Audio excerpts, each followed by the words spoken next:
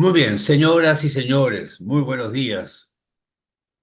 La Academia Nacional de Medicina les da su más cordial bienvenida al programa cultural institucional Tertulias Académicas, eh, en sesión presidida por el académico doctor Gustavo González Rengifo, presidente de la Academia Nacional de Medicina, que ha pedido disculpas porque ha tenido que viajar. La tertulia de hoy ha sido encargada al distinguido médico y profesor de medicina del Uruguay, doctor Óscar Cruzet Parga, quien presentará este tema tan importante hoy día, el tema de visión ética del fin de la vida. Presentación organizada por el equipo coordinador de tertulias y el Comité de Ética y Ontología Médica de la Academia Nacional de Medicina, iniciando así una nueva modalidad colaborativa entre las tertulias académicas, que ya llevan 4 años, y los comités permanentes, con el fin de ampliar el espectro de las temáticas abordadas. El doctor Morales, Raúl Morales, realmente que preside este comité, de tertulias, les da su más efusiva bienvenida. Él está actualmente en Estados Unidos y me ha encargado especialmente que lo salude usted, que salude al doctor Oscar Cruzet y a ustedes, por supuesto, que participan hoy día con nosotros. Nuestro invitado de lujo es el médico intensivista y emergentólogo o emergenciólogo, profesor de cirugía eh, de, de la Universidad del Uruguay, del Uruguay, del Departamento de Emergencia del Hospital de Clínicas y profesor emérito de la Facultad de Medicina Universidad de la República del Uruguay. El doctor Cruzet, perdón, es miembro titular de la Academia Nacional de Medicina, lógicamente, en Uruguay. Es magíster en bioética, profesor de emergencia del Hospital Clínicas en Uruguay también. En nuestro país también participa como docente honorario de bioética de la Facultad de Medicina de la Universidad Nacional Mayor de San Marcos y también en la Asociación Peruana de Facultades de Medicina, ASPEFAM. O sea, lo conocemos bien al doctor Cruzet. Él es integrante de la Comisión de Ética de la Academia Nacional de Medicina y de la Facultad de Química y Tribunal de Ética de la Federación Médica del Interior en Uruguay. El doctor Cruzet ha recibido el premio Morosoli en ética y es corredactor del primer Código de Ética del Uruguay, allá por el año 2011.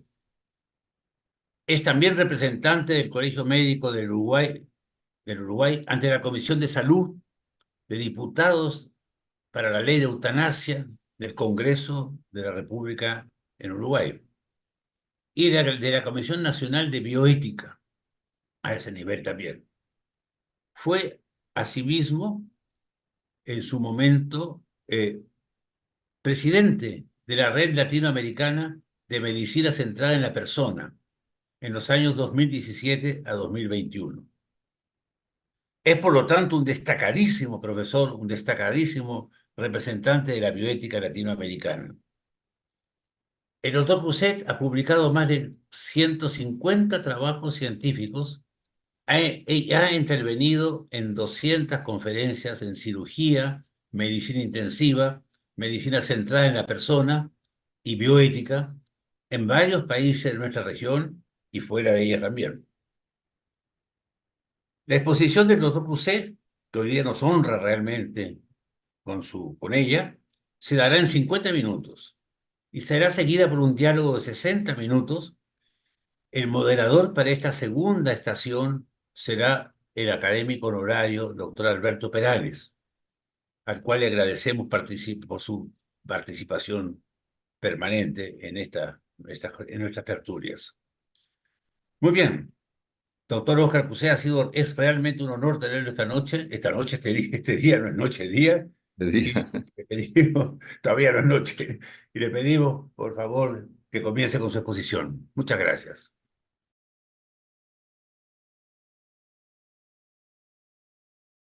Bueno, muchas gracias, doctor Wagner, por tan este, por tan dedicada presentación que debo a su gentileza. En segundo lugar, quiero manifestar a todos los presentes mi placer y el alto honor que significa para mí estar en esta ocasión invitado a las prestigiosas tertulias académicas de la Academia de Medicina del Perú, que tanto prestigio tienen a nivel nacional y fuera de fronteras. En, en segundo lugar, quiero señalar que voy a dar la exposición en su mayor parte porque tiene una larga gestación, leyendo pocas palabras de lo que voy a presentar en cada diapositiva y de la manera más sencilla posible. Por supuesto que pueden interrumpirme cuando ustedes quieran, más allá de atenerse al esquema que relataba el académico doctor Wagner. Y en tercer lugar, quedo abierto a lo que de alguna forma constituye la parte compartible,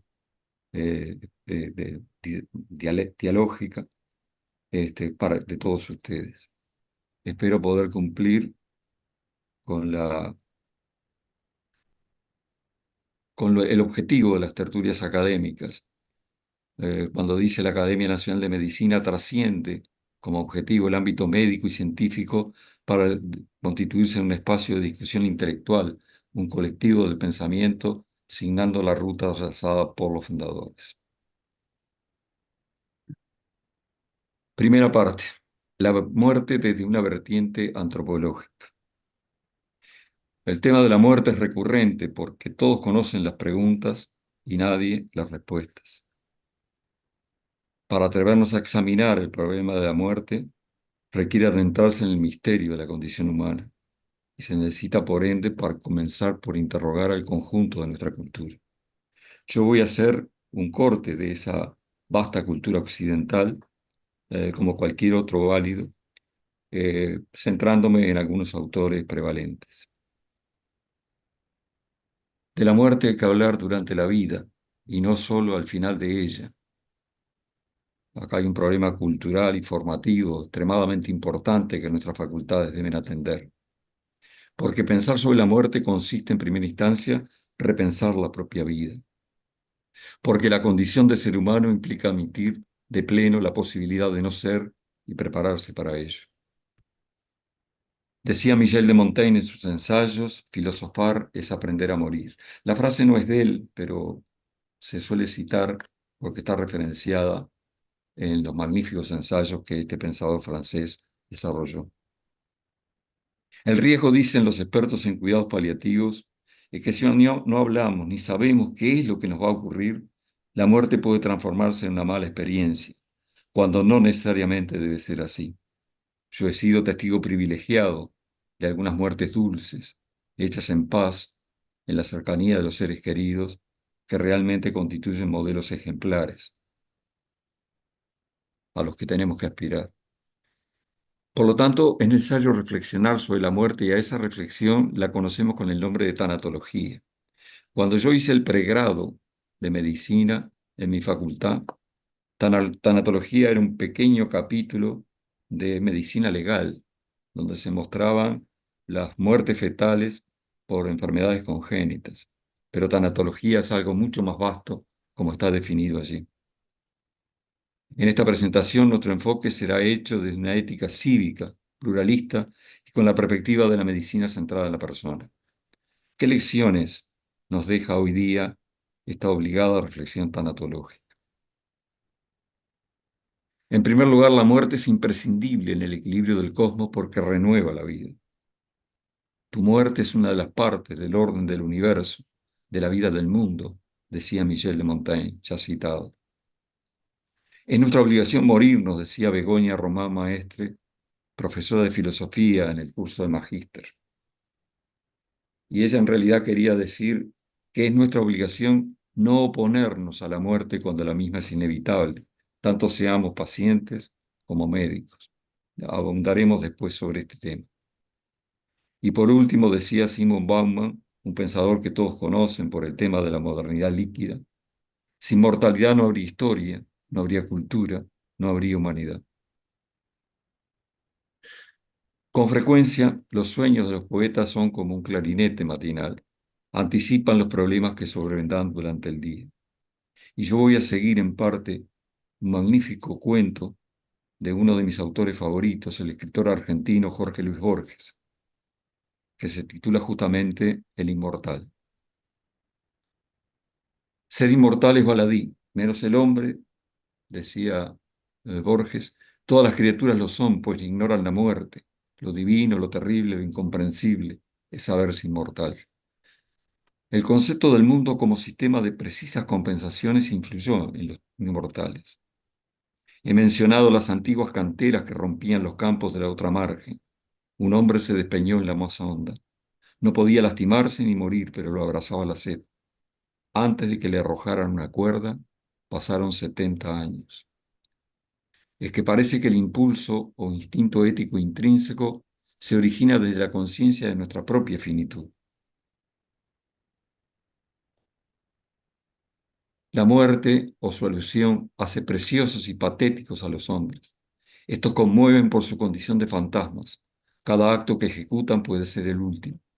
No hay rostro que no esté por desdibujarse, como el rostro de un sueño.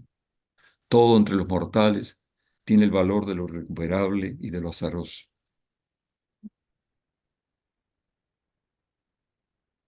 Y en realidad la conclusión que sacamos de esta lectura inicial es que porque somos mortales como especie necesitamos vivir en actitud ética. Necesitamos desarrollar la solidaridad con el semejante, que es aquel que va a morir como nosotros y frecuentemente junto a nosotros. Quiero hablar de la dignidad de la vida recurriendo al diálogo platónico de Laques, Nicias, porque se cree que los médicos saben algo más acerca de los enfermos que distinguir entre lo sano y lo enfermo. Pero si para alguien el estar sano es más grave que el estar enfermo, ¿crees tú, Laques, que los médicos lo saben? Dime, ¿consideras tú que para todos es mejor vivir y no es mejor para muchos estar muertos? La dignidad en el proceso de morir constituye un derecho humano fundamental. No es que esta proclamación de la dignidad sea capaz por sí sola de provocar los cambios culturales que todavía requerimos. Sin embargo, se constituye en la consigna que deben tener presente tanto el enfermo como su familia, como el equipo tratante, unificadora de las voluntades implicadas en las decisiones, además de que como derecho sería siempre posible exigirlo por parte de la persona involucrada. Cuando la muerte resulta inevitable, y esta es una de las enseñanzas más importantes que nos deja la reflexión sobre la muerte. Oponerse, la llamada obstinación terapéutica, es justamente lo que quita dignidad al proceso de morir. Decía Petrarca, una buena muerte honra toda la vida. Y es un pensamiento plenamente aceptado en el medioevo, la época de Petrarca. Ocultar la verdad del proceso de morir también lesiona la dignidad humana. Justamente en Uruguay, esta ley de voluntades anticipadas busca preservar, mediante el debido respeto autonómico, la dignidad del proceso de morir. La sexta enseñanza: para adoptar las decisiones personales del fin de la vida, la persona en situación terminal necesita saber la verdad, cuando lo que se verifica con enorme frecuencia es el ocultamiento voluntario, decidido de la misma. Porque sólo cuando el muriente conoce la inminencia del fin, se halla en condiciones de adoptar las disposiciones autonómicas que le están exigiendo tanto su escala de valores como la apreciación de las prioridades vitales. Y en tal situación a nosotros nos ha sido dable observar, tanto en medicina intensiva como en sala común, como en diversas circunstancias, que el muriente se preocupa mucho más por el destino de sus seres queridos que por su propia muerte. Después de estas consideraciones extraídas de la literatura y de reflexiones personales, vamos a ir a la segunda parte: los fines de la medicina en el siglo XXI, la razón de ser de la bioética y la medicina centrada en la persona. Resultan congruentes, la pregunta que nos parece unificadora, ¿resultan congruentes entre sí estos diferentes paradigmas? Los fines de la medicina, como han sido desarrollados por el Hastings Center, un centro de reflexión ética de los Estados Unidos, ampliamente conocido, son los siguientes. prevención de enfermedades y lesiones, y promoción y conservación de la salud. Esto es lo que siempre nos han enseñado y es lo que justamente nos ha conducido a creer que en cada muerte se esconde una derrota del equipo médico cuando de ninguna manera es así. Alivio del dolor y el sufrimiento causado por la enfermedad. Atención y curación de los enfermos, proporcionando cuidados a los incurables. Evitar la muerte prematura, es decir, evitar aquellas formas de muerte que resulten prevenibles. Estos puntos son, por supuesto, el objetivo fundamental del desarrollo casi que exponencial, por lo menos así ha ocurrido en nuestro país, que ha experimentado los cuidados paliativos, aliviar el dolor y atender y curar a los enfermos, también incluyendo en ellos los incurables. Esto porque, de alguna manera, aquella famosa frase de usted tiene una enfermedad incurable y yo no puedo hacer más nada, es justamente donde empieza la medicina paliativa, pero debe empezar, como lo veremos más adelante, lo más precoz posible. Hay que evitar dos extremos, la obstinación terapéutica, el encarnizamiento antiguo, y el abandono terapéutico. Cuando más necesita el enfermo de cuidados es cuando se es acogido en cuidados paliativos. El otro aspecto era la razón de ser de la bioética. La bioética moderna quiere ayudar a humanizar la medicina porque se propone dignificar al ser humano, particularmente al enfermo, que es el más vulnerable. Por lo tanto, pretende consolidar la plenitud del ejercicio de la autonomía por parte del enfermo. Este es un conocido cuadro de la vieja medicina, al pie de la cama, pintado por Picasso, que ustedes conocen. Ustedes conocen a Picasso, por supuesto, pero digo al cuadro. La razón de ser de la bioética, la segunda función, consiste nada menos que en dignificar el proceso de morir. Tal es uno de los objetivos fundamentales de la medicina de este siglo XXI, tal como lo estableció en esa reflexión del Hastings Center David Callahan, su más eminente pensador. La tercera tarea se orienta a la prevención de la muerte evitable, porque ella interpela la conciencia de todo profesional de la salud. Es una puerta de entrada a la bioética social. Este es el centro de la Universidad del Desarrollo en Santiago de Chile, donde cursé parte de mi magíster de bioética. Y la tercera parte a integrar es la medicina centrada en la persona, analizándola en la situación terminal. Ustedes conocen este cuadro de Marat, pintado por Jean-Louis David, sobre su muerte. ¿Cómo influiría en el proceso de morir la aplicación de los postulados de la medicina centrada en la persona? ¿Cuáles son las características definitorias de esta medicina muy difundida y con prestigiosísimos exponentes peruanos, empezando por el doctor Alberto Perales, presente en esta reunión? Primero, la estructuración antropocéntrica de las instituciones y los sistemas de salud, la participación efectiva del paciente y la comunidad en las decisiones de salud que le atañen y respondan a sus necesidades, el enfoque holístico del proceso salud-enfermedad y el humanismo creciente de la práctica médica. Actitudes imprescindibles en la práctica, dedicar tiempo y empatía, saber escuchar y dar participación a las personas. Los fines de la ciencia y el arte médico en el siglo XXI entonces coinciden con lo que ha venido a jerarquizar la bioética, humanizar la medicina, dignificar el proceso de morir y prevenir la muerte evitable. Y estas conclusiones de los fines de la medicina hacen que los objetivos de la bioética clínica y de la medicina centrada en la persona coincidan en una sinergia que procura seguir humanizando el ejercicio actual de la medicina. Como solo se muere una vez, la dignidad de la persona requiere de una autogestión de su parte en cuanto a su proceso de morir. Dicha autogestión, desde el punto de vista de los postulados de la medicina centrada en la persona, exige dos condiciones básicas: que el muriente conozca la verdad de su estado y que tenga una participación plena en las decisiones que lo involucran. El cumplimiento de estos dos postulados es lo que aseguraría la plena vigencia de la autonomía de la persona. A su vez, el compromiso del médico que pretende ejercer la medicina centrada en la persona con los valores y el proyecto de vida del muriente debiera asegurar para éste la tan buscada ortotanasia, que por una paradoja histórica evolutiva se ha convertido en un nuevo sinónimo de eutanasia, ya que la eutanasia pasó a tener otros significados y se recupera este término en su raíz griega de muerte natural. Al final de la vida de la persona, medicina centrada en la persona y medicina paliativa actúan sinérgicamente en el logro del bien morir. Cicely Saunders, que después vamos a brevemente a volverla a referenciar, dice: tú me importas por ser tú, importas hasta el último momento de tu vida, y haremos todo lo que esté a nuestro alcance, no solo para ayudarte a morir en paz, sino también a vivir, quería decir a vivir dignamente, hasta el día que mueras.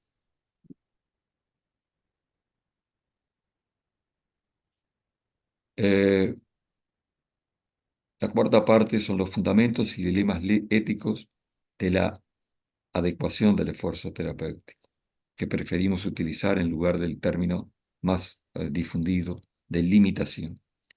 La adecuación del esfuerzo debe adoptarse siempre que sea posible, con el conocimiento, respeto y acuerdo con la voluntad y los valores de la persona y el apoyo de su familia.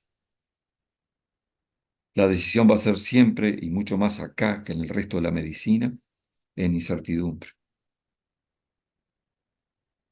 Y no tiene el mismo significado, aunque en lo ético sí lo sea, limitar o retirar, suspender o no iniciar, porque la retirada o la suspensión de un tratamiento ya iniciado le evocan equivocadamente muchas veces a la familia la idea de derrota, cuando de lo que se trata es de conducir el proceso de morir. Y hay que considerar acá los problemas éticos que suscita y que trataremos en el curso de la exposición: el doble efecto de la sedación, la diferenciación con la eutanasia, las decisiones subrogadas y el papel del comité de ética en la adecuación del esfuerzo terapéutico. Sería más correcto hablar entonces de adecuación, como lo dijimos. El fundamento es el de evitar la maleficencia resultante de su aplicación, de la aplicación de medios extraordinarios cuando no corresponden, dignificando el proceso de morir. Comunicación dialógica y respeto autonómico son las dos condiciones básicas para poder adoptar decisiones limitantes de tratamiento. Hay que recordar que permitir que la muerte avance en determinadas circunstancias de ninguna manera debe ser interpretada como provocadora de la misma, como equivocadamente, y después lo vamos a ver con un poco más de detalle, está ocurriendo o ha ocurrido en nuestro país. Las herramientas fundamentales. Primero, el criterio de proporcionalidad terapéutica. Tiene que estar adecuado los fines de la terapéutica a los medios empleados para obtener esos fines. Con monitoreo continuo supone esto de toda situación crítica. Los cuidados paliativos, considerando su instalación lo más precoz posible, toda vez que se plantee la posibilidad de una incurabilidad del proceso. Los comités de ética asistencial, verdadero soporte de estas difíciles decisiones colectivas. En todos los casos, será necesario aplicar mecanismos de reparación social, de acceso a los recursos, que garanticen la vigencia de dichos principios.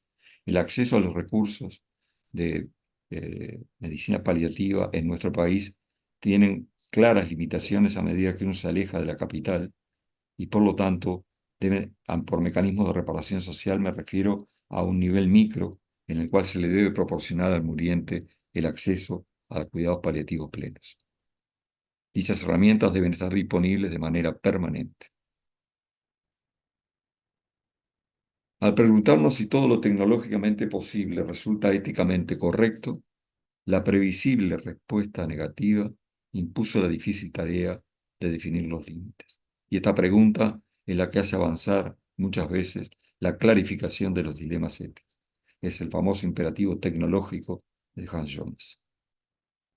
Porque además el progreso científico técnico en general no solo no soluciona los problemas éticos, hasta entonces existentes, a veces lo hace, pero no siempre, sino que crea nuevas interrogantes. La proporcionalidad terapéutica. Tiene que existir, como lo dije anteriormente, una proporcionalidad entre objetivos y jerarquía de los esfuerzos dedicados a su logro. Cuando el objetivo del tratamiento, debidamente consensuado con el paciente y su familia, de preferencia, es buscar la curación, siendo la misma factible, se hayan justificado los medios extraordinarios que fueren necesarios. Pero entonces no se puede medir la proporcionalidad terapéutica si no se conocen con profundidad los valores de la persona. Y los valores de la persona es lo último que van a encontrar en la mayoría de las historias clínicas, donde, como se decía, están descritas las enfermedades y no los pacientes. Si el objetivo del tratamiento, una vez más debidamente consensuado, es de índole paliativa, los medios extraordinarios no solo no se encuentran indicados, sino que resultan maleficentes. Y pueden resultar así por dos mecanismos diferentes. O bien no conducen a ninguna consecuencia favorable sobre el curso evolutivo, constituyendo la futilidad terapéutica, o bien deterioran la calidad de vida del paciente o su percepción de tal en la obstinación terapéutica. Sobre la futilidad, yo hice un trabajo con el título de que erradicar la futilidad terapéutica constituye para la profesión médica un imperativo categórico. ¿Por qué? Porque mantiene una estrecha relación con la eh, medicina defensiva, que ha mostrado ser hasta iatrogénica en ocasiones. No solo afecta a la beneficencia, sino que con frecuencia resulta maleficente. Para el médico, en nuestro país no existe obligación de proporcionar tratamiento fútil. La futilidad se prohíbe a texto expreso en la Ley de Derechos y Deberes de los Pacientes en el artículo citado más abajo. Pero es conveniente que el retiro de la medicación y de los medios extraordinarios, si se instalaron, sea consecuencia de un consenso surgido de un diálogo previo, idealmente con el paciente y su familia. La adecuación del esfuerzo terapéutico y su consonancia con los valores. Hay que asegurarse que esté entendido plenamente la situación, lo propuesto se halla en coherencia con su escala de valores y se está de acuerdo en establecer un criterio de adecuación del esfuerzo. No existe otra forma de poner en juego la autonomía del paciente que comenzar por estimular su participación, para luego respetar su decisión, de manera que estas dos condiciones resultan previas a todas las que podamos continuar desarrollando.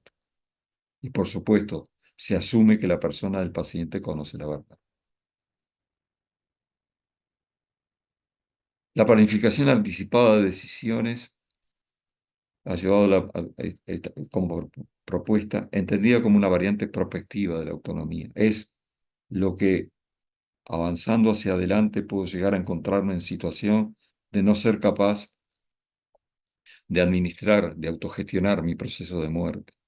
Entonces quiero que se cumplan determinadas directivas terapéuticas que constituyen la planificación anticipada, pero con la diferencia en relación a la voluntad anticipada, con la diferencia de que acá eh, cuento con el médico como consultante. La ley de cuidados en mi país no considera la consulta con el médico, sino más bien parece algo que sigue pasos notariales de evitar determinados riesgos y no eh, planificar en madurez con el decurso evolutivo de la enfermedad de la persona. La planificación anticipada supone participación, deliberación y crecimiento en mutua confianza entre el paciente y el equipo asistencial, que defina objetivos terapéuticos en consonancia con los valores del paciente y disminuya la incertidumbre del proceso. Es decir, lo que hacemos, hacerlo de manera explícita, en una situación concreta y muy participativa. Se trataría de suscitar amplios procesos comunicantes entre profesionales, pacientes y familiares, que ayuden a mejorar la calidad de las decisiones al final de la vida. Esto es algo extraído de un bioticista de origen gallego, pero trabajando en Andalucía, Pablo Simón, que seguramente ustedes conocen, y que es una autoridad mundial, entre otros temas, por lo menos en el habla hispana, en consentimiento informado. En consecuencia, la planificación anticipada bien conducida supone un equivalente legítimo de consentimiento informado. Es un consentimiento informado prospectivo. El grado de participación real del paciente en un proceso de este tipo con los profesionales de salud, el rasgo que diferencia esta instancia de una expresión simple de voluntad, ya lo dije. ¿Cuál ha sido la epidemiología de la adecuación del esfuerzo terapéutico según las estadísticas que presentó en su momento oportuno, ya desde bastante tiempo, Esteban? En el 70%, poco más, del total de fallecidos se ha empleado alguna forma de adecuación del esfuerzo. Ahí están descritos los distintos elementos que la componen. Y, ¿Qué están haciendo? hola, la orden de no reanimar y la no reanimación cardiopulmonar, aunque no haya habido orden previa, se registran en un total de casi 70%, casi el total eh, de toda esta suma, ah, de algún tipo de limitación. Voy a referirme ahora a la ética de la medicina paliativa y comienzo por decir lo que está en el recuadro. La mejor manera de honrar a un ser querido que se ha ido es volver a ser feliz. ¿Y cómo cuesta en realidad lograr esto? La ética de los cuidados paliativos no debería existir una deontología específica para el paciente terminal, pero en la práctica es necesario desarrollarla y desarrollarla bajo ciertos puntos que voy a explicar a renglón seguido. El primero es que la oportunidad de su instalación es crucial. La medicina paliativa no es la medicina del agónico. Inicialmente, así ocurrió en mi país, al principio se pasaban los enfermos en una etapa, no digo que agónico, pero tan avanzada que limitaba mucho la actuación del equipo de medicina paliativa. El alivio del dolor, aunque fundamental, no es su única prestación. La medicina paliativa es integral y abarca, igual que la medicina centrada en la persona, la totalidad de la persona. No es tarea de la práctica de un solo profesional. Representa el paradigma, en realidad, de la medicina de equipo. Y también representa el paradigma de la práctica asistencial fundada en una aplicación efectiva de los postulados bioéticos. Cicely Sanders dice que se dirige esta medicina a la atención activa y completa de los pacientes cuya enfermedad no responde al tratamiento curativo. Para su realización resulta fundamental un pleno desarrollo de las habilidades comunicacionales del equipo y en realidad de la conducta y la actuación total del equipo. Y el momento de inicio, como ya lo dijimos, resulta fundamental. Hay necesidad de practicar la empatía, las noticias ciertas, pero absolutamente desprovistas de contención. Eh, eso es un extremo lesivo que debemos prevenir cuidadosamente. El proceso de búsqueda de acuerdo debe conducirse con una actitud que podríamos definir como de empatía con el rostro humano. La relación clínica requiere compromiso incluso emocional, no una asepsia emocional con lejanía humana, como algunas veces verificamos. ¿Y hacia dónde conducir la esperanza? Porque los pacientes pueden tolerar las malas noticias. Lo que no toleran es que se les aborte la esperanza de algo efectivo en términos biológicos. Después de asegurarnos que ha sido comprendida la inevitabilidad de la muerte, reorientemos la esperanza del paciente y su familia, desde la expectativa de mantener la vida hacia la de proporcionar la mayor dignidad posible al proceso de morir, e incluso, en época de trasplantes, a la posibilidad de continuar viviendo en otros. La muerte asistida. Ahí entramos al problema de la eutanasia. Estoy admitiendo a los que entran, porque parece que todavía tengo el control del... La eutanasia es todo acto deliberado de poner fin a la vida de una persona. Entonces, una pregunta que uno puede hacerse es si para que alguien deje de sufrir es necesario eliminarlo físicamente. Y reconocer a la eutanasia como un derecho obliga a su prestación por parte del individuo, por parte de la sociedad. Son todas preguntas que surgen en forma inmediata.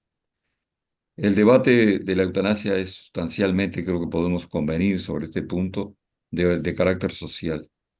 Y los protagonistas deben ser la propia sociedad. Siguiente.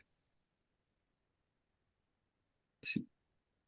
Quiero tomar de toda esta larga parte final de este diapositivo el hecho de lo que está subrayado. Actualmente, dice una autoridad del Colegio Médico de España, actualmente En aquellos centros sanitarios donde los cuidados paliativos son de calidad y funcionan bien, dos cosas que no es sencillo poder articular, solo 3 por 1000 de los pacientes solicitan que terminen con su vida. Ujú, Nosotros lo que notamos, después yo puedo describir lo que ha sido, entre comillas, mi experiencia con las comisiones de salud parlamentarias, es que el proyecto va caminando hacia una ampliación de las indicaciones. El Consejo Andaluz de Colegios de Médicos, donde ha tenido participación Pablo Simón, dice que la eutanasia es un acto fuera de la medicina, que busca deliberadamente producir la muerte como un acto finalista, y traiciona la tradición milenaria de la deontología médica, que rechaza siempre evitar el mal. Ahí está, está equivocado, promoviendo que el médico intente la curación o mejoría del paciente. En esta última situación, permanece la obligación de aplicar las medidas adecuadas para conseguir su bienestar. Siguiente, por favor. Defendemos, dice el Colegio Andaluz, el Consejo Andaluz, que el acto médico siga siendo la acción de curar, mejorar y aliviar, y si no es posible, procurar bienestar y dignidad en el momento final de la vida de nuestros pacientes. Siguiente, Karim. No es ni será nunca un acto médico, por ser contrario a los valores y principios más esenciales de la profesión médica. Yo debo aclarar en términos personales que como tuve que representar al colegio en la Cámara, en la Comisión de Salud de Diputados, en más de una oportunidad en el año 22 y 23, adopté el punto de vista no de mi postura personal ante la eutanasia, sino de que en el colectivo médico que representa el colegio, el tema no suscitaba ningún acuerdo, sino que había dos bandos bien diferenciados, aceptarlo o rechazarlo, y en consecuencia nos preocupamos sobre todo por rodear el proyecto legislativo de las mayores garantías posibles. Otra cosa es que, liberado como estoy ahora de esa obligación, hasta que no nos llame nuevamente, después puedo relatar en qué está el proyecto nuestro, pero liberado de eso, estoy en condiciones de dar una opinión bastante crítica de la eutanasia, por lo que he podido llegar a ver. Siguiente, por favor. ujú, Bueno, el Comité de España de Bioética también dice algo que es extremadamente importante. Considera que la eutanasia no es un derecho subjetivo, por lo que no debe articularse como una prestación pública, y sostiene que el Código Penal ya recoge una mirada compasiva que explica que el ingreso en prisión por actos eutanásicos sea algo no solo insólito, sino desconocido en las últimas décadas. En Uruguay existe una situación similar. El artículo 37 del viejo Código Penal del año 34, 1934, que requeriría obviamente una adecuación, establece la eventual absolución, pero la deja en manos del juez, o sea, no es preceptiva, sino optativa, cuando se ha producido el denominado homicidio compasivo. ujú, Nosotros tenemos, en coherencia con una de las posiciones que se definió en nuestra Academia de Medicina, la postura de que compasión puede sentir cualquier habitante de la República, no solamente el médico. Y en consecuencia, y compartiendo que la eutanasia no es un acto médico, mi posición personal, en la que acompañé una de las posturas de la academia, es la que debe aplicarse una modificación de este artículo 37, que después, si quieren, en la parte de compartir reflexiones, la puedo hacer presente. Siguiente, Perú tiene una situación similar, pero en el caso peruano el juez está obligado a no penar a la persona. Aboga por universalizar los cuidados paliativos, propone protocolizar el recurso de sedación paliativa para los casos de sufrimiento existencial refractario, es decir, aquellos que no pueden ser controlados con los tratamientos disponibles. Siguiente, por favor. Bueno, el Comité de Bioética de España es totalmente crítico con respecto a esto y consideramos que ni ética ni legalmente hay derecho a morir, dice Federico de Montalvo, diferenciando el derecho y libertad como cosas diferentes. Siguiente, siguiente, por favor, Karim. Gracias. Y acá venía lo que yo decía, el diputado Pepa Iribarne fue el primer promotor de la ley de eutanasia. Hizo un considerable esfuerzo que inicialmente se llamaba Ley de Eutanasia y Suicidio Médicamente Asistido. Hizo un gran esfuerzo por socializar la discusión sobre este punto y afirmaba que tanto la eutanasia activa como el suicidio médicamente asistido han existido siempre y existen hoy en el Uruguay. Estamos en condiciones, por el papel que tuve que desempeñar representando al colegio, de decirle con todo respeto al diputado Pepas que no coincidíamos para nada con su postura, que creíamos que en el Uruguay lo que había era la sedación paliativa, y que no se puede afirmar esto porque significaría confundir nada menos que sedación paliativa, que es un instrumento mayor en manos de los cuidados paliativos, con la eutanasia. Esto no es un argumento válido, a nuestro entender, para propiciar la aprobación de la ley. Siguiente.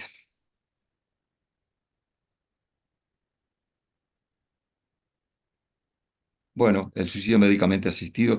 Yo quiero pasar en alto con, si se puede, por esto y acepto las preguntas que se digan, porque en nuestro país, ustedes saben que Uruguay tiene como uno de sus mayores problemas de salud pública una altísima tasa de suicidio, la más alta de América Latina. Enterado de las cifras que se dieron en febrero de este año en curso, los propios legisladores proponentes del proyecto pasaron a denominar ley de eutanasia y sacaron el suicidio médicamente asistido, porque ya es bastante eh, con que tengamos que soportar cifras del suicidio espontáneo bastante altas como para propiciarlas indirectamente a través de una provisión estatal del recurso. Siguiente, por favor, Karina. Bueno, está señalada la bandera suiza, el signo de la bandera suiza allí, porque la profesión médica en Suiza también admitió que la eutanasia no era un acto médico y estableció prácticamente clínicas donde es posible venir a solicitar el suicidio asistido, que no se hace por indicación médica, sino por solicitud y casi como una especie de trato eh, más no quiero decir comercial, pero más fríamente llevado a cabo como una prestación y no como un acto médico. Siguiente. Sedación paliativa. Bueno, la sedación paliativa es una conducta que si se realiza conforme a lo que hemos señalado anteriormente, no debería ser considerada de modo diferente a cualquier otra práctica médica y reitero, de ninguna manera confundirla con que la sedación paliativa, porque tiene un doble efecto, la posibilidad de que también se produzca la muerte del enfermo, habitualmente por depresión respiratoria subsecuente al uso de opiáceos, este, eh, sea considerada equivalente a la eutanasia, porque una de las cosas fundamentales es la intención, y la intención en la sedación paliativa es aliviar el dolor, no provocar la muerte, que sí es la intención de la eutanasia. Seguimos, por favor. Ahí están las diferencias en cuanto a sedación paliativa con eutanasia, que me preocupé de hacerla especialmente por rebatir el argumento del diputado Pepajé. Siguiente, estamos muy cerca del final. Bueno, y la eutanasia se diferencia en sí de los cuidados paliativos, porque ambas tienen reconocimiento autonómico, validan la objeción de conciencia del profesional que puede decir que no a la aplicación del método.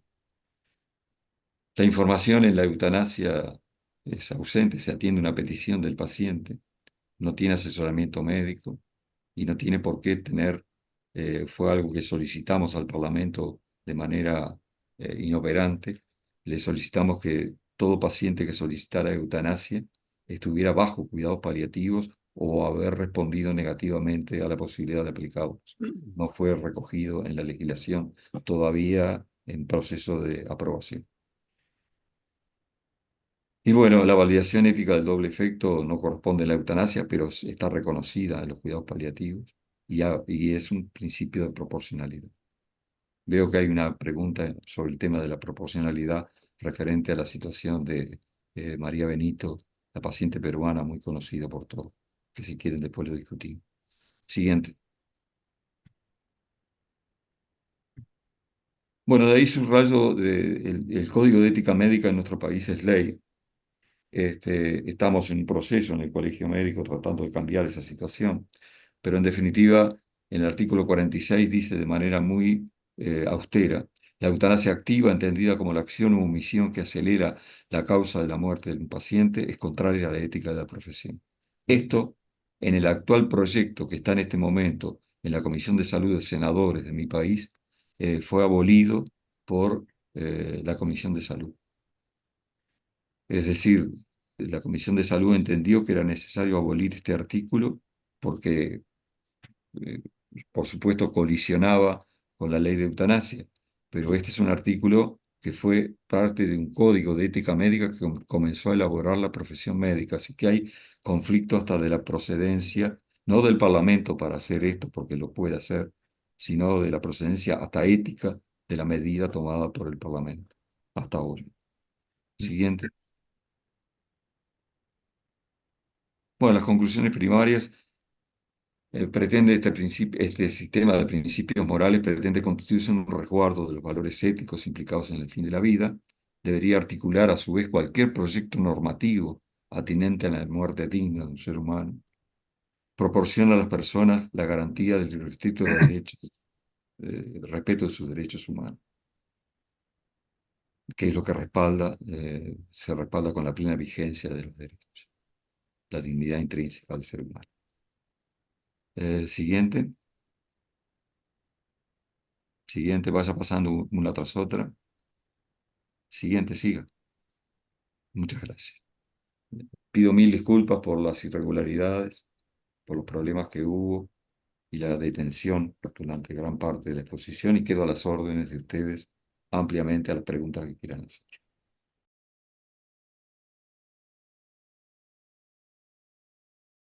Muchísimas gracias por la excelente presentación, Oscar.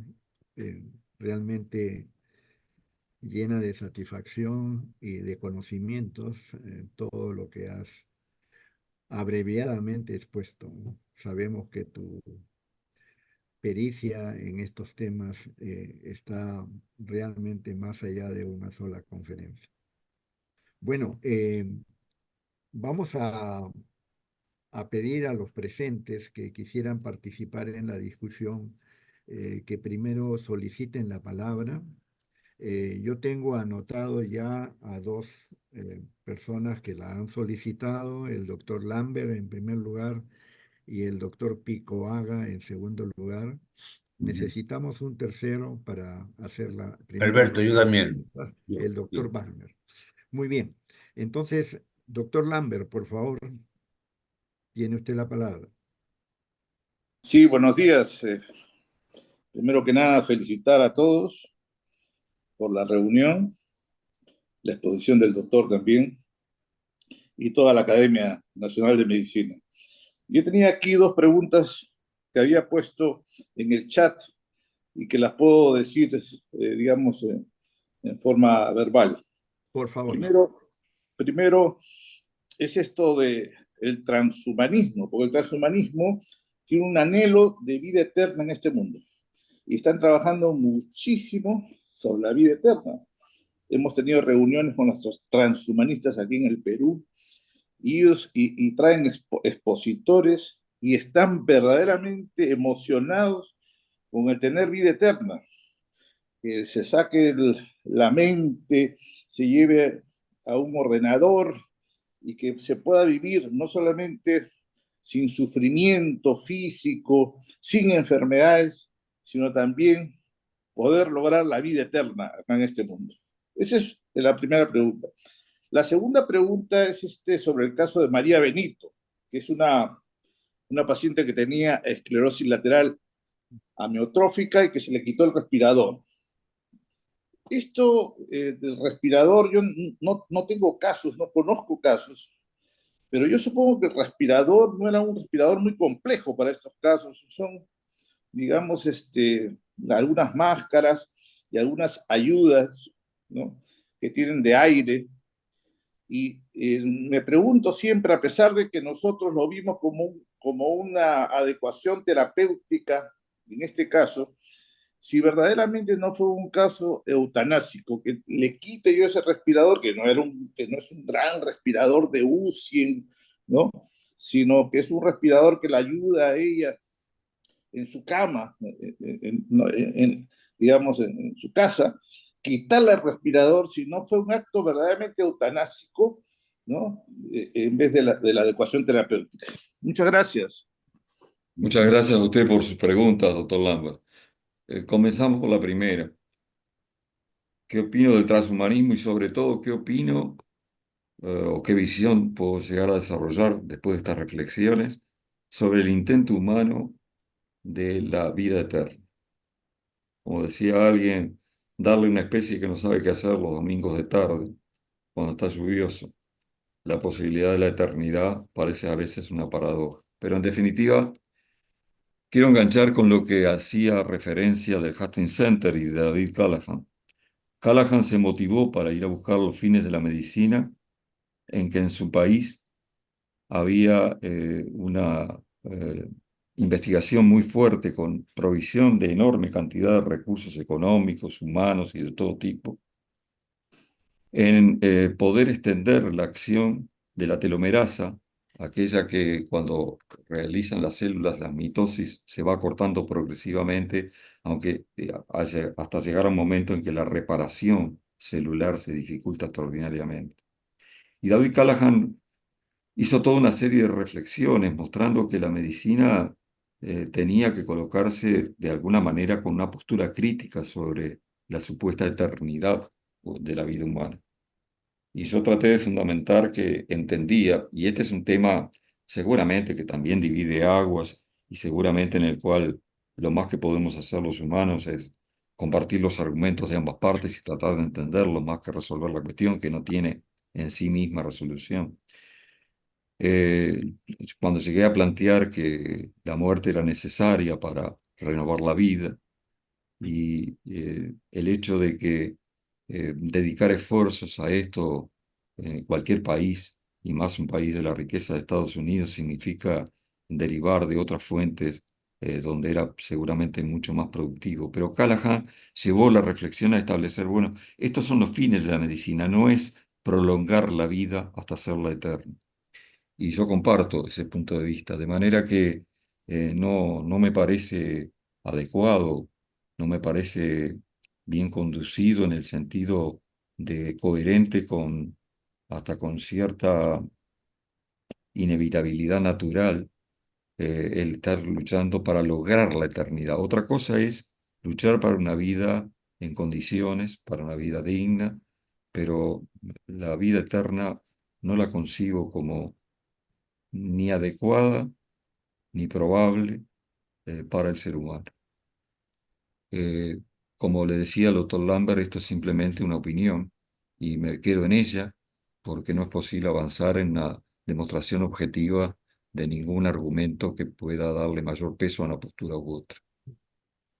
El caso de María Benito es diferente. No sé, doctor Lambert, si usted quiere controvertir o está satisfecho con la respuesta, porque no puedo darle otra. No, perfecto, perfecto. Estamos totalmente de acuerdo. En el caso de María Benito, yo leí bastante sobre esto más de una vez, estando incluso en el Perú. Este, Podía hacerse como acto de adecuación terapéutica. María Benito había solicitado, tengo entendido, la eutanasia y hasta había habido una decisión judicial que la ordenaba. Corríjame si me estoy equivocando. No hubo, previo a la muerte de María Benito, una decisión judicial que pedía que se le otorgara la eutanasia. Sí, sí, me parece que sí. Ahí está. Este, a mí me parece, debo verlo, yo no sé el grado, no puedo saber el grado de conocimiento que tenía ella, pero parece bastante profundo en cuanto a que sabía que tenía una enfermedad incurable y que iba a terminar con su vida. Este, eh, Quizá hubiera alcanzado simplemente con una sedación paliativa para que no fuera tan consciente de las dificultades para ventilar.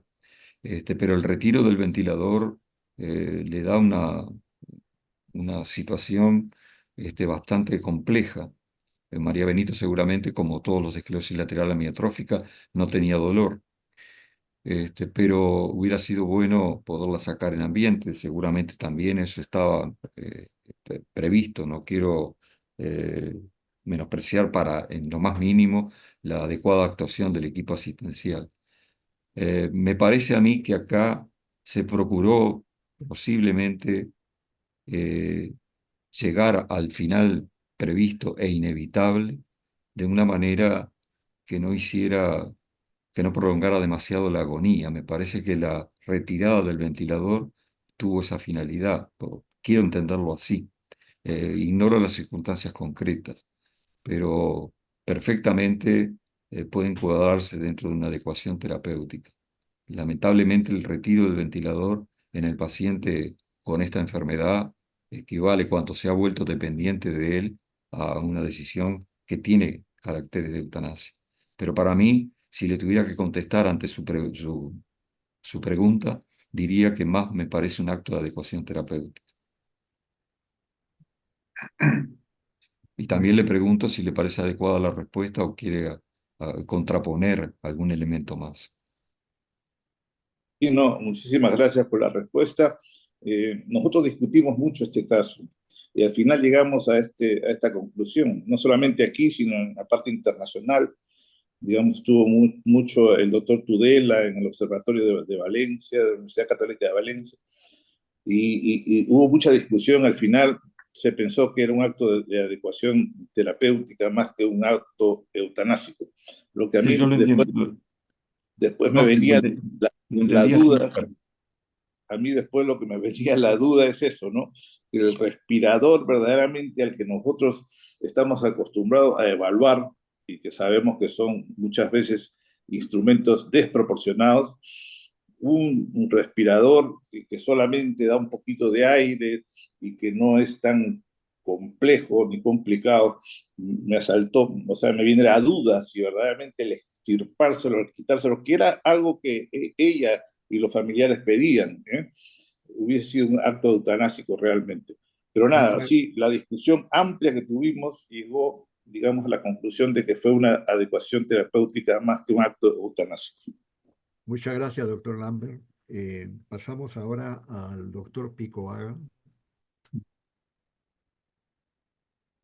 Buenos días, muchas gracias. El interés por esta conferencia realmente me movió a hacer una pequeña argumentación muy breve que le doy lectura porque está en el chat.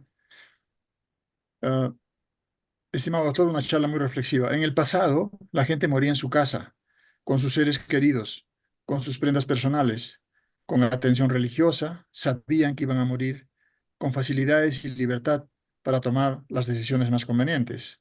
Hoy en día, la muerte se ha diferido, se ha prolongado, se ha hecho científica, se ha profanado, se ha aislado, llevándose en soledad, se ha hospitalizado y se ha privado de afecto y de sensibilidad.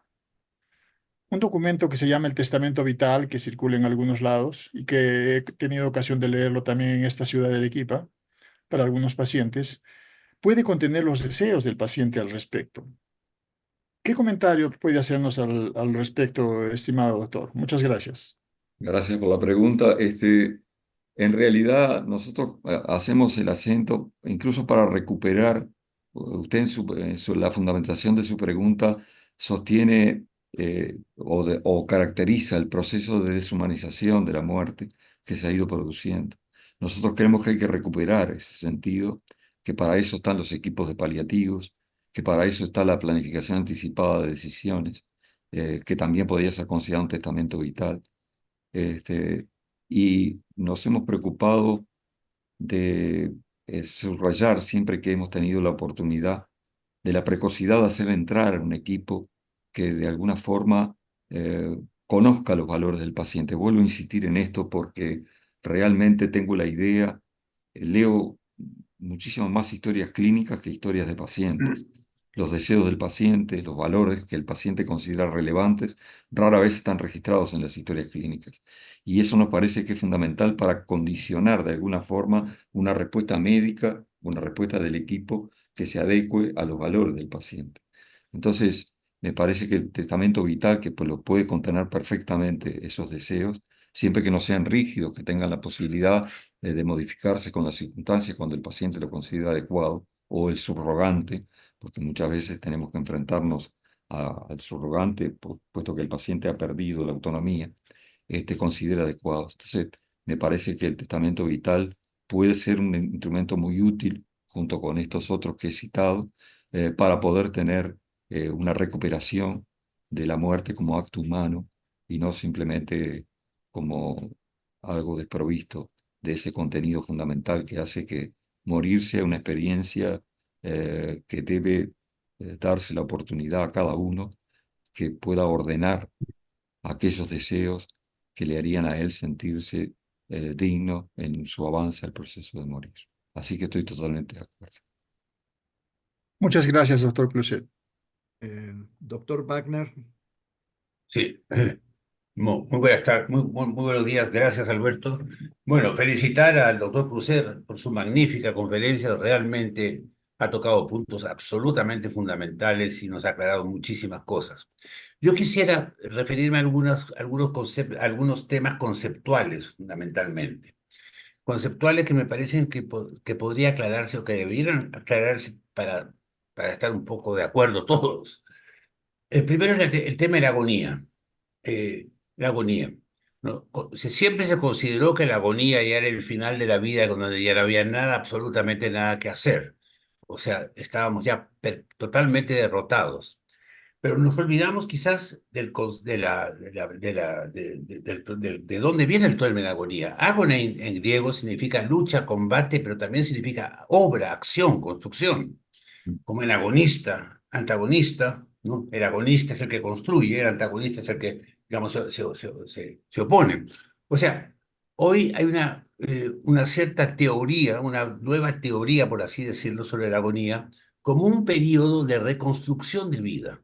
Una vida activa, una vida que se vuelve a activar, la vida anterior, lógicamente, y quizás toda ella, que se revisa todo lo que se ha hecho y lo que no se ha hecho, y que de alguna manera se va a crear, o se está creando, digamos, activamente en una dimensión intemporal o atemporal, porque evidentemente el tiempo físico, el tiempo externo no es el mismo, el tiempo interno, y todos sabemos que la atemporalidad, digamos, del alma o del espíritu, como queramos llamarlo, es un hecho.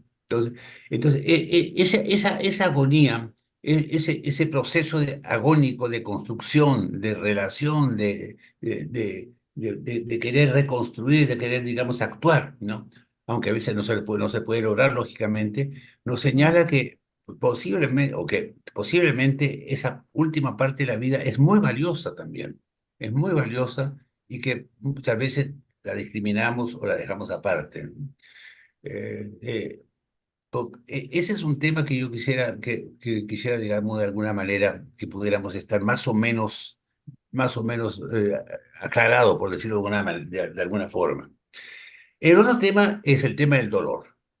Se ha dicho, el doctor Purcell nos ha dicho con muchísima razón que los cuidados paliativos son mucho más que suprimir el dolor. Pero, ¿qué es el dolor? La palabra dolor viene de dolum en latín, que significa daño.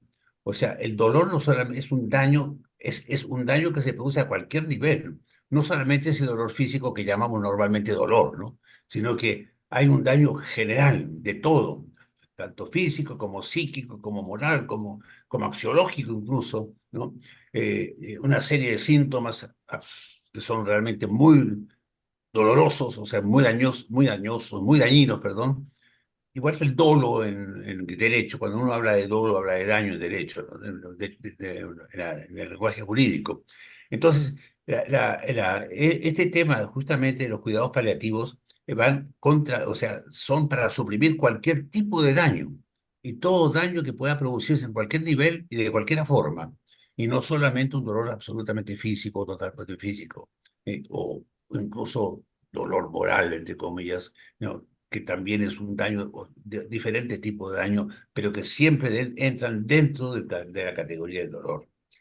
Y ahí quizás distinguir entre dolor y sufrimiento, porque el dolor es daño, pero el sufrimiento, sufrir en latín significa soportar una carga, lógicamente, que puede producir daño, pero a veces a lo mejor no lo produce. Sufrir a veces, ¿no es cierto? O sufrimiento desde un punto de vista etimológico, de un punto de vista etimológico, podría ser solamente soportar una carga que a lo mejor no es dolorosa, que a lo mejor no es dañosa o dañina.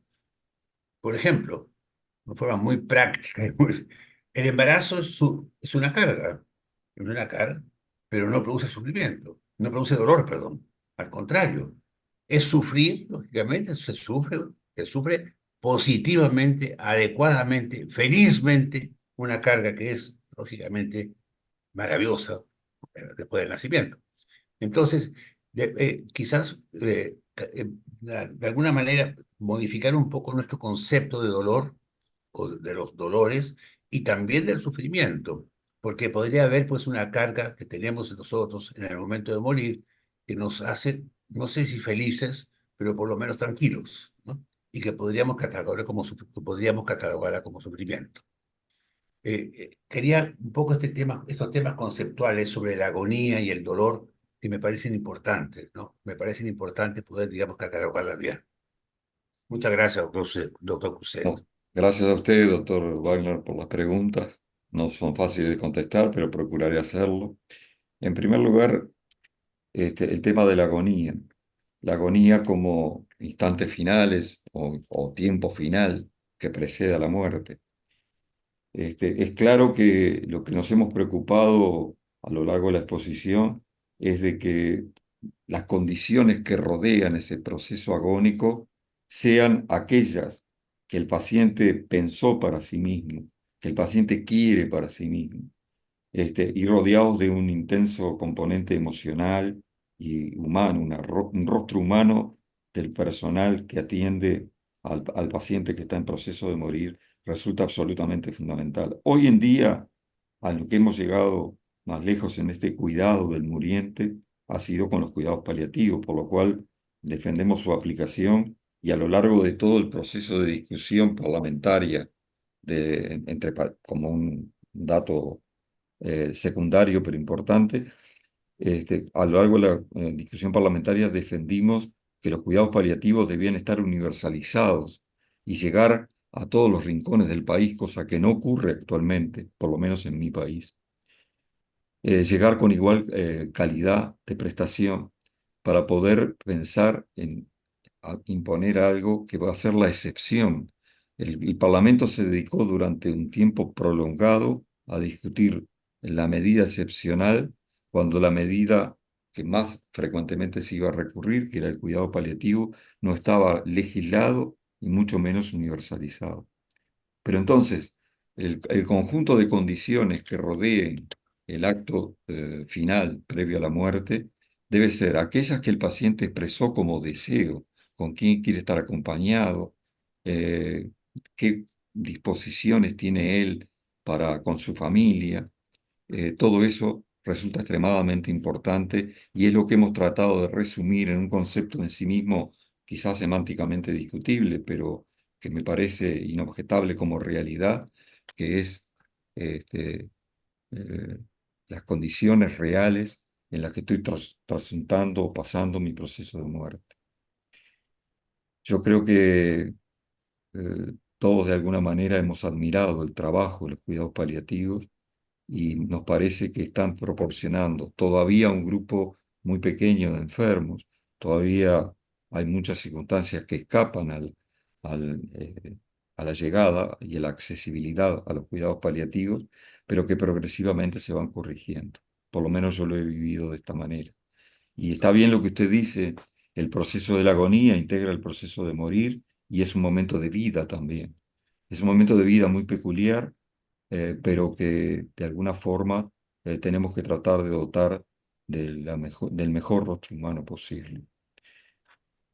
Con respecto al segundo punto, no, bueno, como siempre, le voy a terminar preguntando después si usted está satisfecho con la respuesta o quiere compartir y controvertir algún aspecto.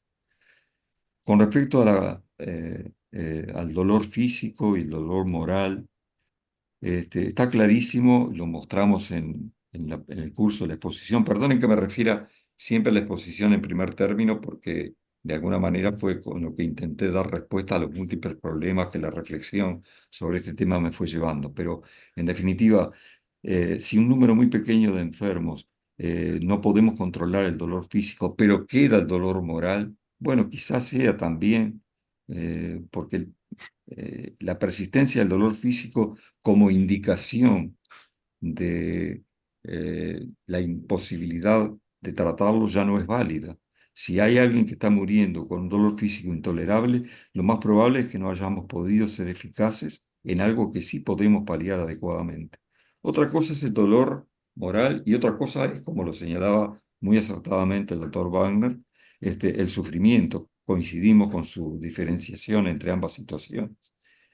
Pero queremos remarcar que todo comienza de alguna manera con la ausencia de dolor físico, porque es imposible morir en condiciones adecuadas, dignas, deseables, aspirables por cualquier persona con mediano nivel de exigencia, si persiste el dolor físico.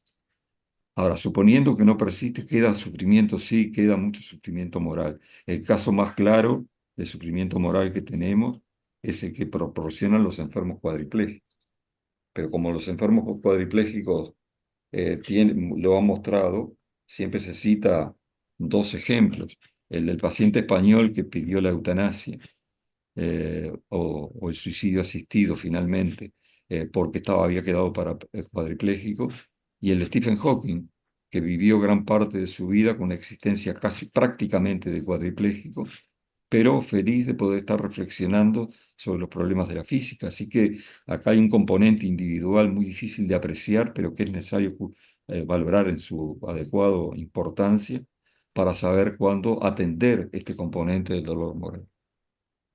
Yo quise saber, doctor Warner, si las respuestas le han parecido satisfactorias o alguna de ellas presenta déficit o problemas a corregir. No, doctor, pues al contrario, muy excelente.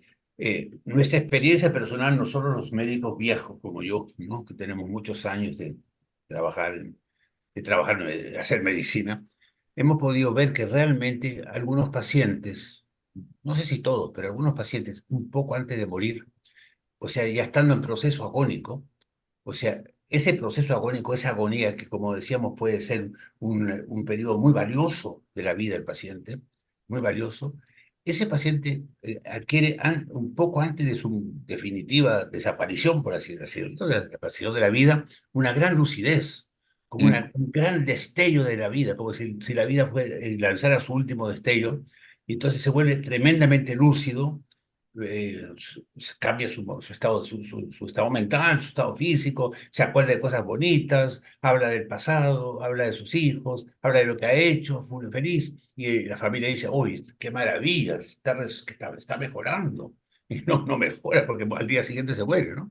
Entonces, eso, acaba de salir un libro, acaba de aparecer un libro en Francia sobre este tema, este autor francés que se llama Houellebecq, habla, en francés es anéantir, que en español sería anonadar, más o menos. O sea, antes de caer en la nada, como que el espíritu, el alma o el ser humano, la vida, lanza su último sí, destello, digamos, en sí, que el ser humano vuelve a ser como antes, un hombre o mujer muy valioso, con mucha sí me, fuerza, con gran sí me- lucidez. si Entonces, me lo permite, Patrick, no, quisiera complementar algo que usted dice, sí, perdón, no lo quiero interrumpir, pero no, al contrario, en realidad se ha comenzado a hacer investigaciones en el agónico. Y en las investigaciones se ha demostrado que ese periodo de lucidez al que usted hace referencia y que se presenta en muchos de ellos, ese periodo de mejoría antes de la muerte, como decimos a veces, sí, el cerebro produce una enormidad de catecolaminas. Se produce sí, una explosión de catecolaminas, sí. dopamina, entre otros, y entonces explicaría muchos de los efectos que usted hace referencia y daría la idea de que antes de despedirnos de la vida, tenemos por un momento muy fugaz más vida que nunca, Más por la vida que estimulación cerebral. efectivamente. Correcto, es más vida que nunca, eso es cierto. Y eso impresiona muchísimo al medio, Sí, al entorno, ¿no? Sí, sí. Y, bueno, me parece que ahí hay, digamos, mucho pan que rebanar todavía, porque ahí Sí, también porque es el parece umbral una de la... respuesta, parece o lo interpretan los autores que han trabajado sobre esto, entre ellos el francés que usted citó, lo interpretan como que el cerebro reacciona a la hipoxemia, a las condiciones adversas que está viviendo, y ese es el disparador de la secreción impresionante de catecolaminas que se produce, como una respuesta homeostática, defensiva del cerebro ante condiciones adversas, terminales. Claro. Eso como teoría, ¿no? Todavía no está demostrado. O No, sea, no, claro, no, claro, es una interpretación, pero bastante convincente. sí, sí. Muy bien, Muchas, doctor. Muchas gracias, doctor Cusé. Por Realmente favor, muchas un ha sido placer. ha gracias sido a ambos. extraordinariamente interesante. Vamos ahora a pedir que se anoten las personas que quisieran participar. Vamos a recoger los nombres. ¿Alguien quisiera participar? La doctora Silvia Romero. ¿Alguien más?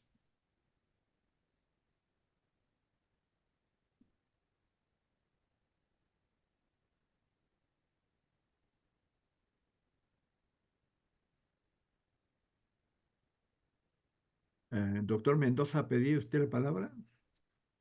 El doctor Mendoza, Mendoza del Solar. Sí, doctor. Sí, un segundito. ¿Alguna tercera persona?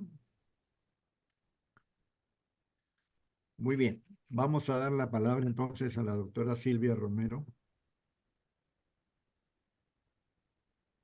Doctora Romero, bueno. Doctor Mendoza del Solar, por favor. Tiene usted la palabra. Sí, muchas gracias, doctor. Primero, felicitarlo al doctor por la brillante conferencia. Hace muchísimos años lo escuché en algún evento de bioética con Magnetti, donde yo hice mi formación de bioética. Y lo que quisiera preguntarle, porque es parte de lo que nos mueve cuando hablamos de la ética al final de la vida, es qué se entiende por una muerte digna. ¿Cómo explicaría usted qué cosa es una muerte digna, ¿no? Porque decimos debemos morir con cierta dignidad. Bien, voy a tratar de responder a una pregunta que es necesaria que surja en el curso de una discusión de estas características, este, pero tratando de evitar las trampas semánticas, digamos así. Porque se habla de, bueno, es dignidad de la vida, al final de la muerte, al final, en las cercanías de la muerte, es dignidad de la muerte, es dignidad del proceso más que del acto. Bueno, probablemente sea esto último, algo que todos más o menos podemos ponernos de acuerdo en que se refiere a esa posibilidad, a esa etapa.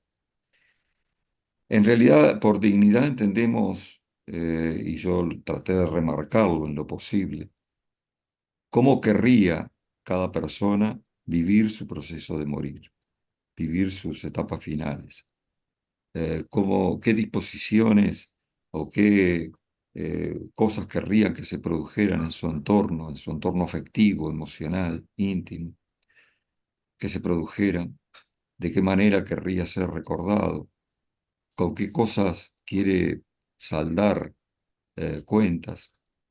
Todos conocemos casos de hermanos que, por ejemplo, se han separado y no se hablan desde hace muchos años y ya nadie recuerda el origen de la diferencia, pero la diferencia persiste. Y entonces lo que piden es la posibilidad de tener una charla con esa persona. Todo ese tipo de disposiciones que son que hacen a la calidad de lo que se está experimentando, que hacen a la calidad de la vida, del final de la vida. La entendemos bajo el nombre o la agrupamos bajo el nombre de muerte digna, muerte de acuerdo con los valores y las cosas que me parecen importantes de hacer, de corregir o de obtener.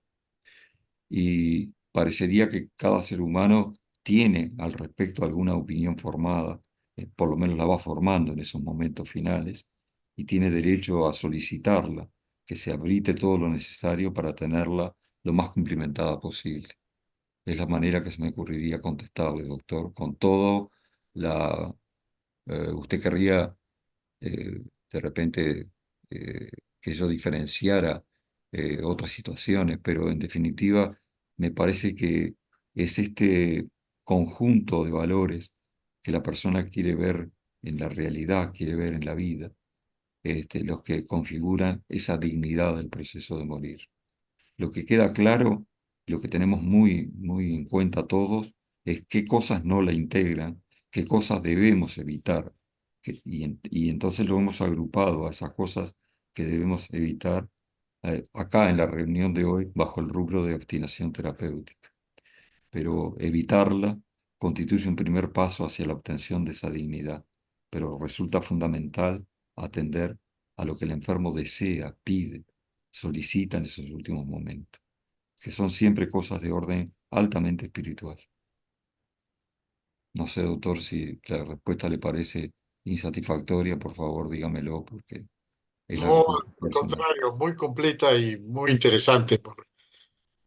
Simplemente le hice la pregunta porque yo doy esta clase de bioética al final de la vida y hago mención a un bioeticista que usted también lo debe conocer, Francisco Maglio, argentino, Sí, que él siempre habla de la muerte digna y dice que una muerte digna debe tener algunas características, entre ellas sin dolor, con sí, capacidad de recibir y transferir afecto y con sí. lucidez. Ujú. Sí. Muchas gracias. Por favor, doctor. Muchas gracias a usted, doctor Mendoza del Solar. Eh, ¿Alguna otra persona, por favor? Como la pantalla solamente puede presentar un número determinado de nombres de participantes, agradeceré que a quien quisiera tomar la palabra levante la mano que la máquina le puede ofrecer en la parte de reacciones. Si hubiera una persona más que quisiera participar.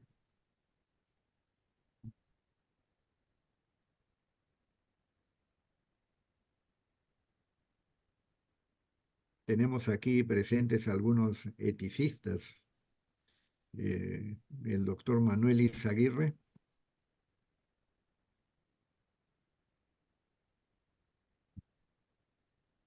Adelante, Manuel.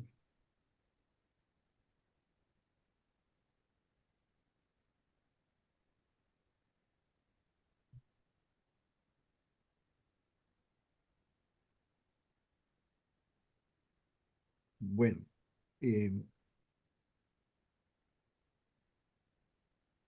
estamos llegando entonces al final de esta excelente presentación y yo quisiera, aparte de mi función de eh, coordinar estas discusiones, eh, expresarme respecto a quién realmente es Oscar Cluzet como persona.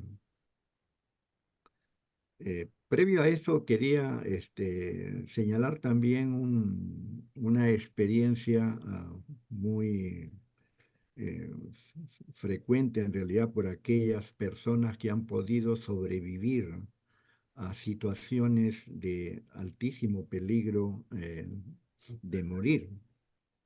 Es conocido el relato de algunos seres humanos que han estado en situación de morir por ahogamiento en el mar, por naufragios, etcétera, en donde ya parecía que no había posibilidad de sobrevivir. Y cuando estas personas han sido salvadas por razones X, una de las experiencias que relatan es lo que acaba de señalar el doctor Patrick Wagner y ha reafirmado ya con la neurociencia por el doctor Oscar Cluzet, que en esos momentos en donde no hay una enfermedad, en donde no hay un sufrimiento, pero sí hay una agonía, el cerebro responde con sus mecanismos de defensa automáticos para tratar de salvar la vida. Y es posible que dentro de esos mecanismos, evidentemente, hay la necesidad de catecolaminas que se repiten una tras otra y en realidad se convierte en toda una inundación de catecolaminas. Porque el relato de estas personas es que justamente cuando ya pensaban que iban a morir, describen una especie de escena en su mente, en donde de manera muy rápida aparecen una serie de imágenes de toda su vida, pero velocísima. Y yo quería, justamente a propósito de esta correlación, ¿no? También señalar que en una oportunidad tuve una experiencia personal. Eh, en esa experiencia personal yo venía caminando tranquilamente por cercana a mi casa y me di cuenta que la vereda por donde pasaba estaba húmeda. Yo estaba con zapatillas y me pareció que el trecho era tan pequeño que no valía la pena bajarme a la pista y hacer un rodeo, y puse mi pie con tan mala suerte que resbalé. Y en el aire pensé, pero rapidísimamente, varias cosas. En primer lugar, la situación en la que me encontraba. En segundo lugar, que al caer iba a caer sobre el cemento. En tercer lugar, de cuál era la mejor manera de caer, sobre todo que no me golpeara la región occipital. En- y seguí así con ideas muy rápidas de cuál sería la mejor manera de si de espaldas, encorvado, volteándome en el aire, es decir, muchísimas cosas que no deben haber demorado más de 1 o 2 segundos. Cuando caí al cemento, caí en la mejor posición que ya yo había previsto intelectualmente. Felizmente busqué caer lo más horizontal posible, en- encogiendo un poco las rodillas y levantando un poco la cabeza, y no pasó nada pues muy serio, ¿no? Eh, Esto se explicaría, doctor Cluzet, un poco en lo que usted había mencionado respecto a las categoraminas, ¿no? Como un mecanismo de defensa que es tan automático y tan importante, en realidad todavía poco conocemos al cerebro en todas sus posibilidades. Pero finalmente yo quería, como siento el orgullo de ser amigo de Oscar Cluzet y de su señora, la doctora Gloria, eh, decir dos cosas respecto a lo que es ser especialista en medicina, por lo tanto haber sido graduado de médico, y qué cosa realmente es ser médico.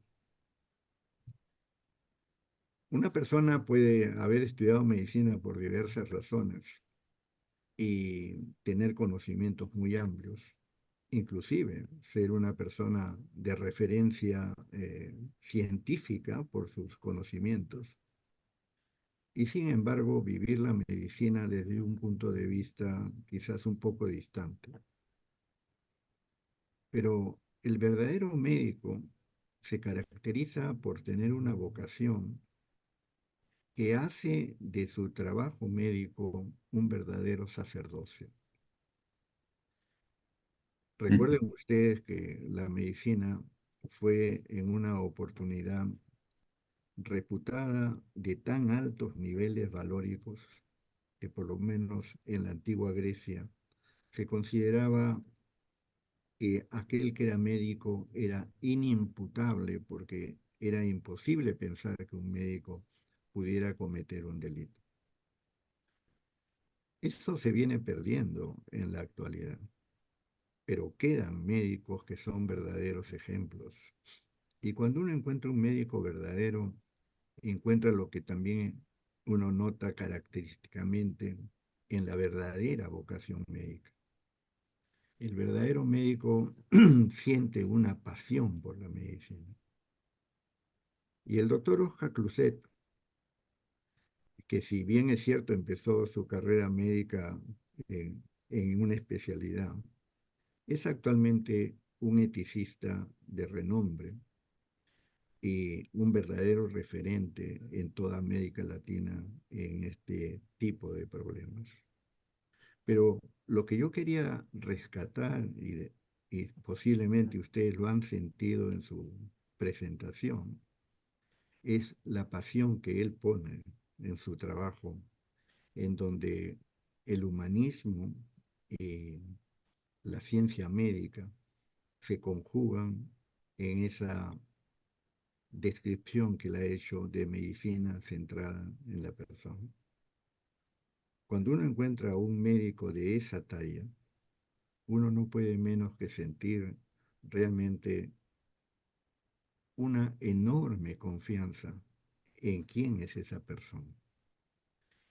Esa confianza que antiguamente los abuelitos señalaban, la fe en el médico. Y cómo se está perdiendo esa fe en el médico por el uso de una tecnología, no por la tecnología, porque la tecnología no tiene la culpa, sino por una medicina que cada vez se hace más tecnológica y por supuesto separa más al médico como persona del paciente como persona. Esto es fundamental rescatarlo, porque si la medicina pierde esa fuerza del vínculo humano, que significa la fe en el médico, que no sabemos como fe qué estimulación tiene al interior del organismo para poder recuperarse en situaciones realmente difíciles, creo que la medicina va a ser afectada en su verdadero centro. Y por eso es que quisiera recalcar que para mí siempre el haber conocido al doctor Oscar Cruzet ha sido realmente una satisfacción y una ratificación de que el verdadero médico es la persona, no solamente lo que él sabe, sino cómo actúa y cómo se siente, cómo percibe el sufrimiento humano y lo hace propio. Ujú. Muchas gracias, Oscar, por esta excelente presentación. En nombre de la Academia nos sentimos muy honrados con tu presencia. Y que me siento Terminada tremendamente esta honrado función, adelante, tu- Oscar, y disculpa que te agradezco interrumpa. tus palabras que me llenaron de emoción. Soy yo, Alberto, que hasta dudo que merezca calificativos de la calidad tan excelsa que tú me atribuís. Pero te agradezco en el alma, te considero un verdadero amigo. El sentimiento de respeto y admiración eh, que tú me proporcionas es recíproco. Yo te tengo a ti como un referente en todos los ámbitos donde actúo. Y también tengo como un referente a la comunidad médica del Perú, que me ha recibido, entre otras ocasiones, hoy de esta manera. Así que gracias a todos por el tiempo que les robé, las dificultades que tuvimos y la conversación tan profunda de las preguntas y de las inquietudes que surgieron. Si hubiéramos estado presencialmente, y uno lamenta en circunstancias como esta no estar presencial, hubiéramos terminado en una verdadera tertulia, este, todos unidos y departiendo con la profundidad que estos temas piden. Así que muchas gracias a todos, a ti en primer lugar, Alberto, y a todos los demás miembros, honorables miembros de la Academia de Medicina. Muchas Bueno, gracias, Oscar. Terminada la tarea de moderador, devuelvo la palabra al doctor Patrick Wagner para el final Gracias, fue un... gracias Alberto. Yo me adhiero totalmente a las palabras dichas por el doctor Alberto Perales. Realmente el doctor Cruzet es un referente verdadero en nuestro ámbito latinoamericano, en nuestro, médico latinoamericano, y quizás no solamente médico, porque realmente es una persona absolutamente competente y totalmente adecuada, como diría un poco Sócrates, el famoso Sócrates, realmente es persistente en lo que hace y es coherente con lo que hace, ¿no? Y con lo que realmente ha producido. Realmente lo admiramos mucho y le agradecemos enormemente habernos dado esta conferencia tan interesante que nos ha motivado a todos y bueno, nos ha embelesado en un sentido, digamos, en el sentido, digamos, tanto científico como humanista, sobre todo, porque la carrera, la carrera médica es esencialmente una carrera humanista. Y usted es usted realmente es una expresión de ello. Por eso, muchísimas gracias. Gracias, doctor Wagner. Muchísimas Muchísimas gracias. gracias. Bueno, reciban los saludos del señor presidente de la academia, el doctor González, quien está ahora fuera del Perú, fuera de Lima, que manda sus saludos, está muy contento y muy satisfecho y muy agradecido por esta sesión realmente valiosa, muy valiosa.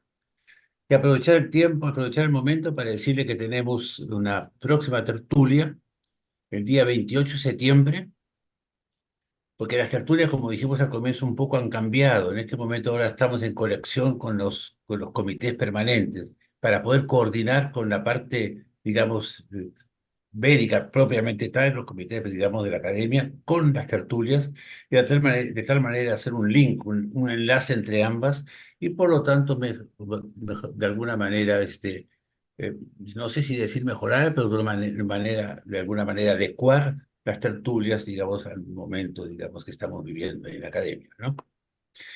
Vamos a tener entonces una próxima tertulia el día 28 de septiembre y el tema es hacia una bioética cósmica, desde la microfísica hasta la astrofísica, una búsqueda incesante del bien con mayúscula. Eso va a estar a mi cargo, ¿no? Estar a mi cargo, y vamos a tratar de hacer, entonces, vamos a tratar de hacer una bioética cósmica, donde bio significa vida, pero vida viene de vis, y vis significa fuerza, ¿no? Por lo tanto, la fuerza cósmica también es vida, de alguna manera, también es vida. Incluso la parte mineral y inorgánica tiene vida, toda la parte microfísica tiene vida, tiene fuerza, y hay un progreso incesante en pos del bien, buscar el bien y, por supuesto, el progreso y la excelencia, como se dice hoy día. Están todos entonces cordialmente invitados y muchísimas gracias a todos por su participación, muchísimas gracias por estar acá, muchísimas gracias por sus preguntas y sobre todo muchas gracias al doctor Cruzet por haber estado con nosotros, y al doctor Perales que siempre nos ayuda tantísimo, ¿no? En nuestras tertulias que tienen calidad y tienen valor, son valiosas en gran parte gracias a su participación. Muchas gracias. Muy Muchas bien, gracias a usted. hasta luego y hasta la próxima. Chao, Oscar. Adiós, adiós, Chao. Saludos a Salud. Gloria. adiós. Bueno, saludos.